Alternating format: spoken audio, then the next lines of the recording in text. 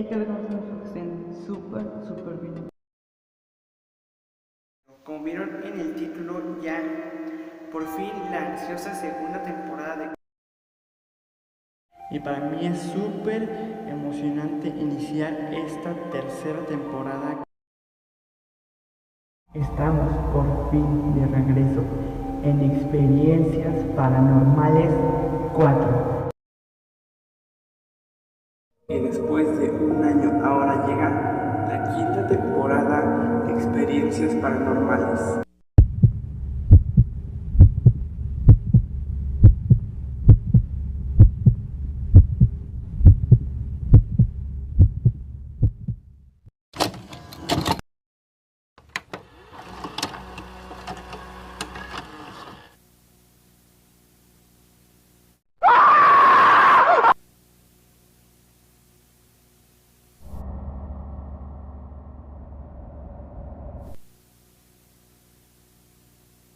Pedimos ayuda para localizar a Selena Delgado López.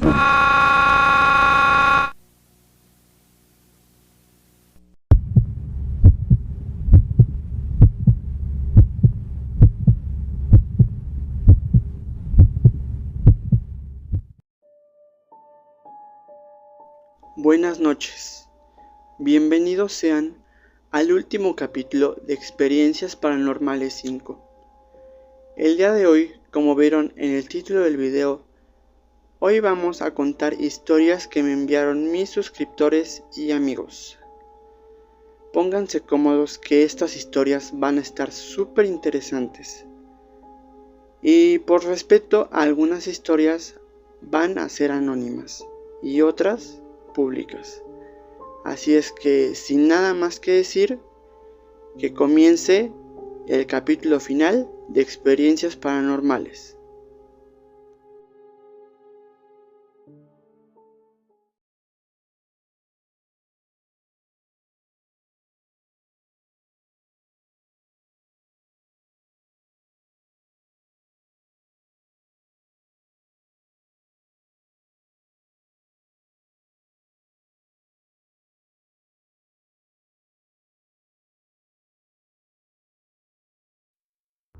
Recuerdo aquella época como si fuera ayer. Tenía casi 10 años y vivía en una calle tranquila, rodeada de casas antiguas y árboles que parecían susurrar secretos en el viento. Cada madrugada, a medida que la luna alcanzaba su punto más alto en el cielo, se escuchaban risas y gritos de niños jugando en la distancia. Pero había algo extraño, no había nadie. La calle estaba vacía, las casas oscuras y silenciosas. Me aguanté el calor de la temporada, tapándome con mis cobijas y escuchando aquellos sonidos que parecían venir de otro mundo. La atmósfera era pesada, como si el tiempo mismo se hubiera detenido. Mi abuela me dijo que eran las almas de los niños que habían muerto en la calle, jugando en la madrugada eterna. Me dijo que cuando saliera la luz del día, desaparecerían, pero que yo debía estar quieto y no salir de mi habitación. Así que esperaba, con el corazón latiendo fuerte, hasta que el sol saliera y la calle volviera a la normalidad. Pero la sensación de que algo estaba allí, observándome, nunca se disipaba.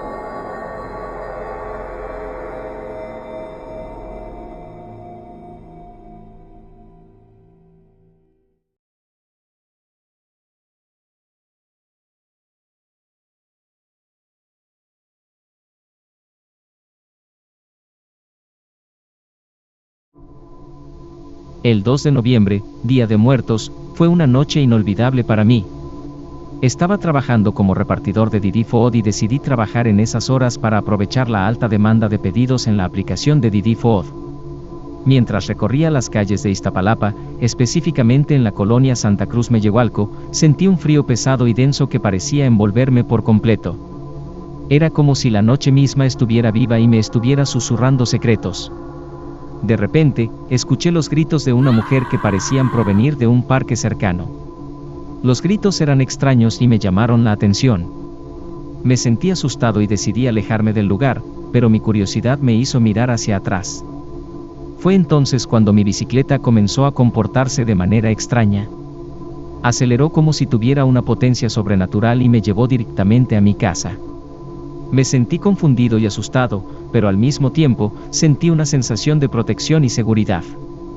En ese momento, supe que mis seres queridos estaban conmigo. Mi abuela, que había fallecido tiempo atrás, siempre me había protegido y guiado en momentos de necesidad. Sentí su presencia y su amor envolviéndome.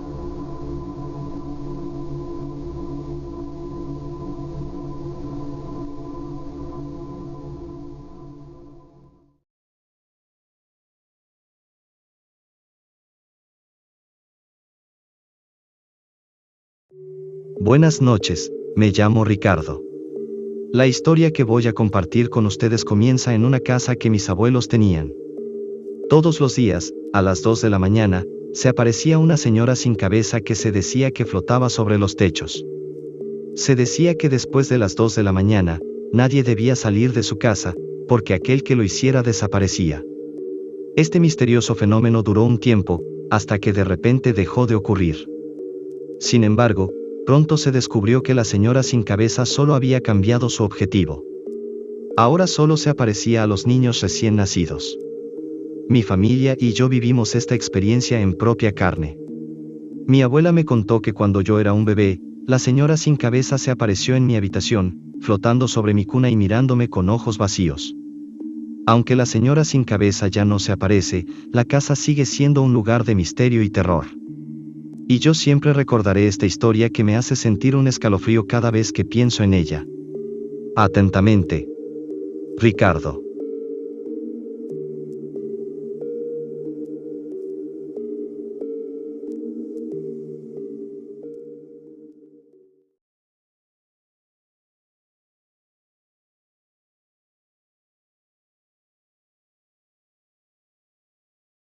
Haz de cuenta que hace como, no sé, tal vez unos 5 años, mi mamá trabajaba de limpieza en un edificio, en un condominio. Y la cuestión es que ahí, pues, casi siempre tiene que agarrar un camión para, pues, acercarse lo más posible a la casa y de aquí agarrar como otro transporte que la traía a cada casa.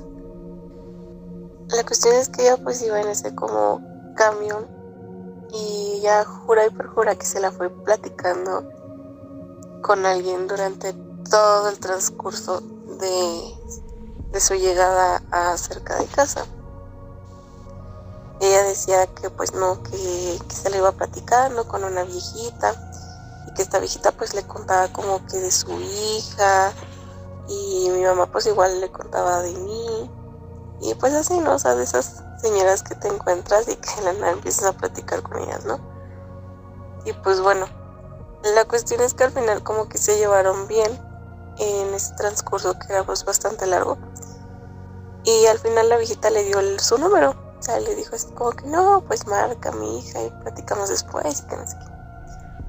Pues ya no, ya después mi mamá pues llega aquí a casa, me cuenta eso, ¿no? Ay, no, ¿qué crees que me vine platicando con una viejita y así? Y pues ya platicamos sobre nosotras, me contó un montón de cosas de su hija, de su vida y así. Y dice, mira, hasta me dio su número. Y dice, se lo voy a marcar para ver si sí es.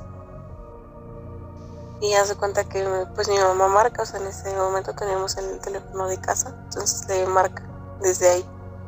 Y es como de que contesta una señora joven, puede decir una señorita. No, pues que buenas tardes. Mi mamá, no, pues buenas tardes. Disculpe, es que me quiero comunicar con esa señora nada más para saber si sí es su número. Y dice que la chica se queda así con cara de ¿cómo? Y dice, sí, dice, lo que pasa es que pues, o sea, me vine en el camión y pues me encontré al parecer a esta señora y me dio este número para pues después seguir platicando. Y la chica esta, la que te digo que respondió, le dice a mi mamá de, oye, dice, lo que pasa es que mi mamá falleció hace unos cuantos días. Y mi mamá de, no, ¿cómo crees? O sea, mi mamá así como que si en su momento se le dio de, ay, ¿cómo me crees? Mentira o algo, ¿no? Como bromita. Y me dice así como que no, sí, de hecho tiene bastante tiempo que falleció, o sea, dice, tendrá, creo que le dijo una semana, la verdad no estoy muy segura de la fecha exacta, pero tenía poco, pues, o sea, tenía bastante de, pues digo, o sea, en plan de tiempo, o sea, que no tiene mucho sentido que se la haya encontrado. Y mi mamá, no, es que en serio me contó esto y me habló de ti, porque en ese momento ya le había dicho que era su hija. Y dice, y me habló un montón de cosas de su vida. Dice, yo venía platicando con ella en el camión. Y que la chica pues obviamente se soltó a llorar. Y dice, sí, es que mi mamá agarraba ese trayecto para venir a casa porque antes trabajaba. La cuestión es que mi mamá en ese momento se puso pálida. Y me volteé a ver a mí. Pues obviamente en el teléfono. Pues y solamente yo escuchaba lo que le decía, entonces yo nada más veía como sus reacciones acá súper sacadas de onda. Y, o sea, mi mamá finalmente colgó la llamada y le digo, ¿qué pasó? Y mi mamá me dice, no, es que no inventes, me acaba de decir una señora que pues que era su mamá, pero pues que ella ya falleció. Y pues, o sea, yo todavía me quedé con cara de, le digo, pero en serio, o sea, platicaste con ella, hablaste con ella. Y dice, sí, o sea, veníamos en el camión sentadas juntas y platicábamos y así. Y dice, me dio este número. Y pues no sé, nos pareció sorprendente esa como acción, la verdad. O no sé qué mensaje quería dar como esta persona, que en paz descanse. Pero pues sí, al menos te digo, la anécdota no es mía, pero pues sí, es algo que todavía solo el día de hoy pues nos sorprende a ambas.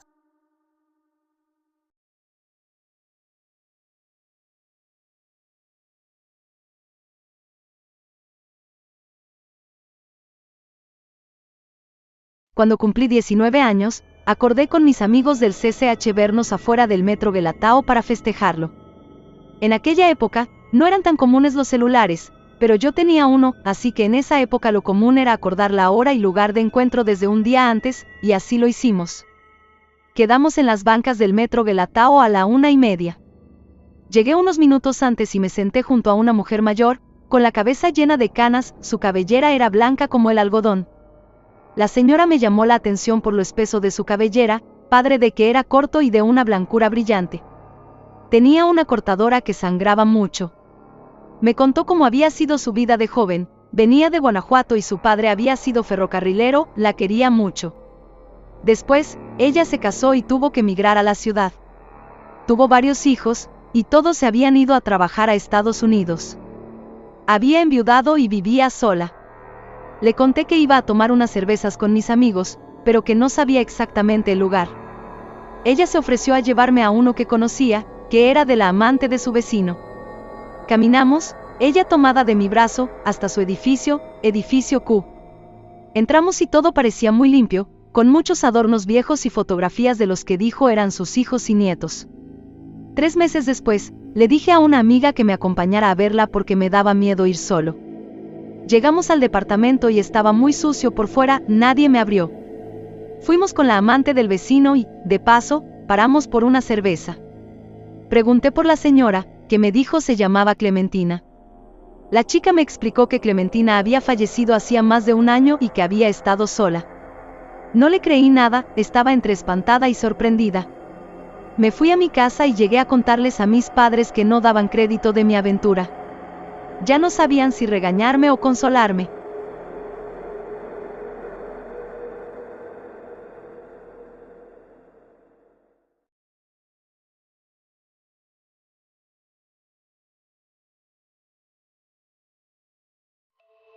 Recién había entrado a la preparatoria, recuerdo que era el primer día de clases, y yo estaba entre feliz y nervioso de entrar.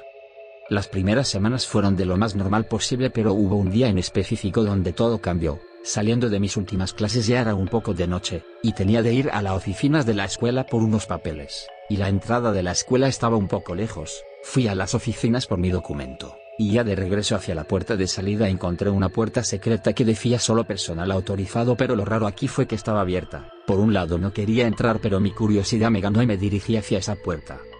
Descubrí que había unas escaleras que daban hacia abajo de algo, parecía como un sótano, y fui bajando poco a poco sin hacer ruido. Ya llegando al punto máximo vi otra puerta, pero estaba cerrada, pero muy rápidamente capté que estaba alguien en esa puerta.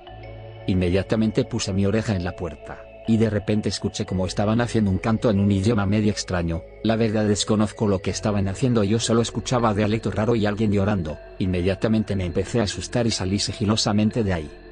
Al día siguiente, después de ese suceso, se dio a conocer en las noticias que en un sótano secreto de mi escuela hacían rituales de magia negra y que encontraron varios cráneos y huesos. Yo no lo podía creer, estaba completamente en shock, pero lo que aún no logro entender fue que, ¿quién estaba llorando en esa puerta? ¿Qué es lo que hacían en ese cuarto? No lo sé, solamente el destino sabrá lo oscuro que hacían ahí.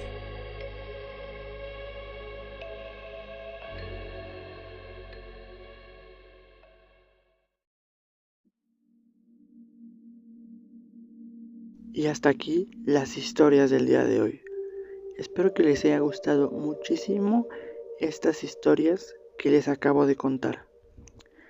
Además, muchísimas gracias por acompañarme durante estos 4 capítulos de experiencias paranormales.